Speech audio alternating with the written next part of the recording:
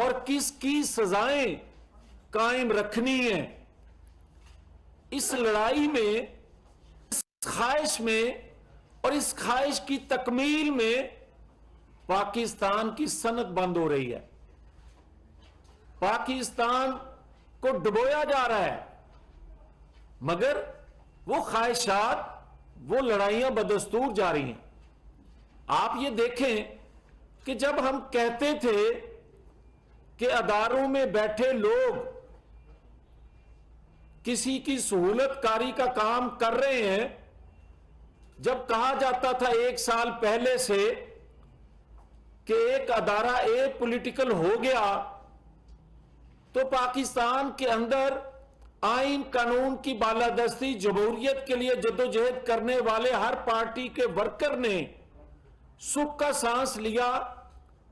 اور اس کو اپنی کامیابی سمجھا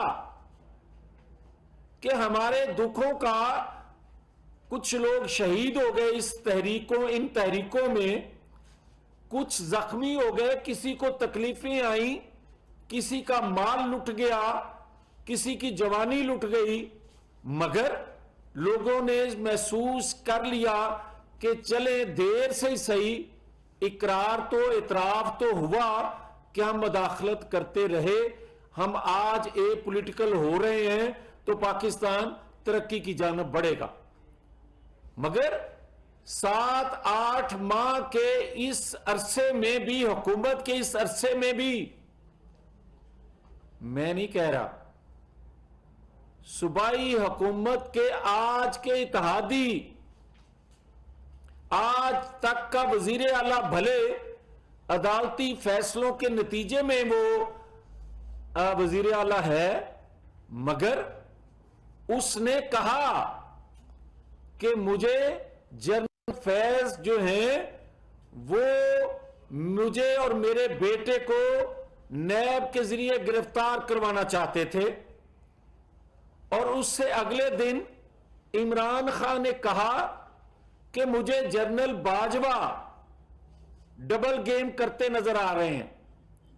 پھر اس کا مطلب ہے گیم تو کوئی ہو رہی تھی نا۔ پھر ان 7-8 ماہ میں، بلکہ حقائق تو یہ ہے کہ 24 نومبر تک یہ سہولت کاری عمران خان کے ساتھ ہوتی رہی، اور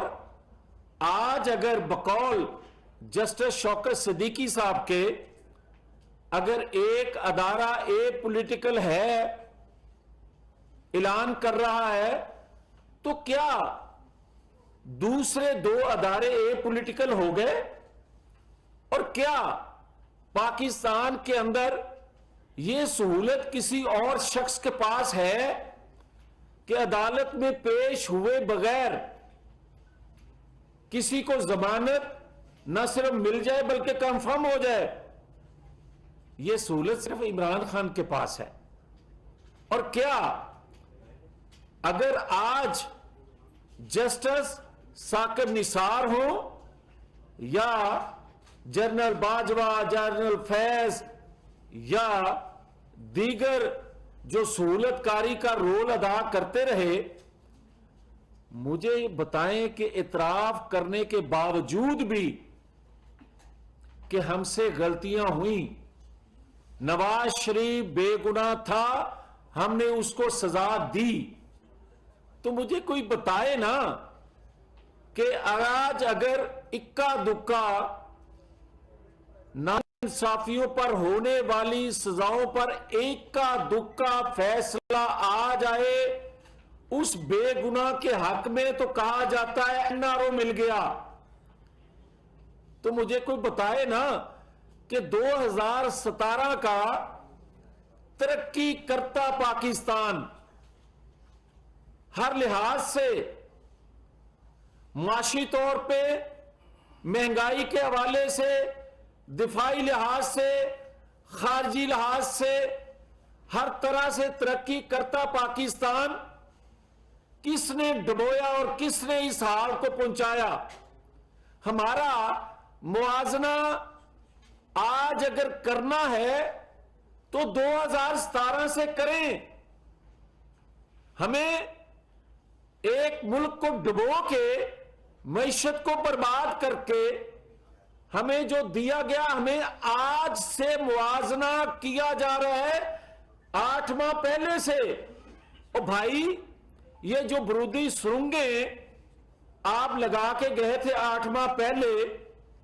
اس کے نتائج کون بھگت رہی ہے؟ آج بتایا جائے کہ نواز شریف کا گناہ کیا تھا, اور آج بتایا جائے کہ لاڈلے کو لانے کے لیے ایک بے گناہ نواز شریف کو بلی کیوں چڑھایا گیا. آج بتایا جائے کہ اگر آگے بڑھنا ہے تو پھر کہا جاتا ہے کہ الیکشن کرواؤ. اور بھائی بات یہ ہے کہ 70-75 سالوں میں الیکشن ہی ہوتے آئے ہیں, کبھی RTS بند کر کے اور کسی لاڈلے کو لانے کے لیے. تو قوم کا اعتماد نہیں رہ گیا. قوم کا اعتماد آئے گا, بحال ہوگا تب جب آپ انصاف پر مبنی فیصلے دیں گے. وہ کس طرح؟ ہم نہیں کہتے کہ مجھے بلی چڑھایا گیا تو کسی اور کو بھی بلی چڑھایا جائے. ہم یہ ڈیمانڈ کرتے ہیں کہ بھائی آپ نے تنخواہ نہ لینے پر بیٹے سے